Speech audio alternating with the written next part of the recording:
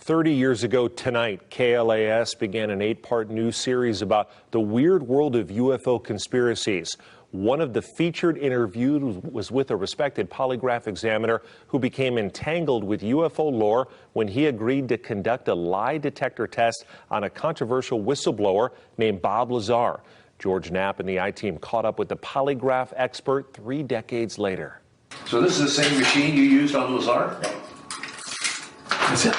How many polygraphs do you think you've done on this machine?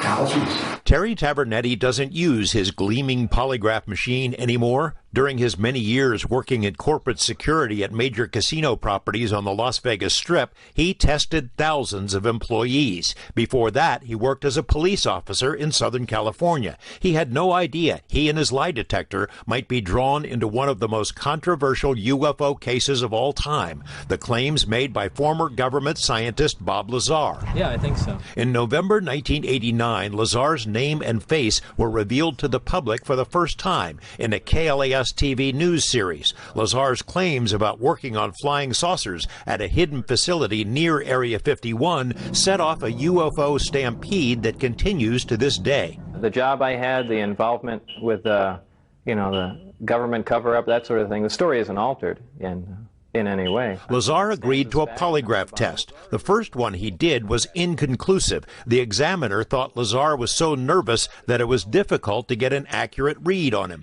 Tavernetti was recommended. He questioned Lazar about the central allegations that he had seen a flying disc at a base called S4, that the craft was powered by an antimatter reactor and generated its own gravity. To Tavernetti's surprise, Lazar passed. My personal thoughts, the pre-test interview of 3.5 hours, the test itself, the post-test interview showed absolutely nothing to detour my thought that Bob Lazar was truthful. Tavernetti wasn't a UFO guy, had never polygraphed anyone about that issue, had no core beliefs either way. But 30 years later, he recalls what was going through his mind during the test. As it appeared, Lazar was being truthful. Is it occurring to you, holy crap, this guy could be telling the truth, this all could be real? Oh yeah, when that time comes, that is unbelievable. After the first news story aired about Tavernetti's test, 2 strange things happened. The first is he was called on the carpet by his employer because of a phone call from an unnamed federal agency. The corporate offices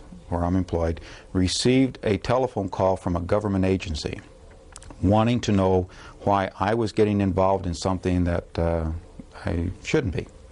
And I asked, well, what agency? What was said? Did they identify themselves? He never learned which agency had called. There was an internal investigation by his employer, but Tavernetti was not disciplined. The second thing to happen 2 months after the story aired is there was a break-in at his home. And these are the charts.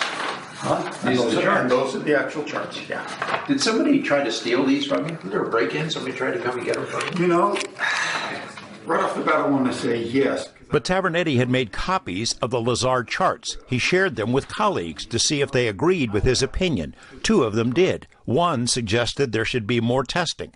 Tavernetti admits polygraphs are not foolproof, but they are widely used by police and employers as useful tools. He doesn't regret getting drawn into the Bob Lazar saga and says the experience caused a permanent change in how he views the UFO question. Over the years, my belief has swayed that way. It gets to the point now where I go, well, why not? Is it because of that? Oh, yeah. George Knapp, 8 News Now. Tavernetti retired a few years ago, but still lives here in Las Vegas. The original story about his polygraph test was part of an investigative series that aired only once, starting on this date back in 1990. But we have resurrected the stories from our archives, and you can watch them on MysteryWire.com.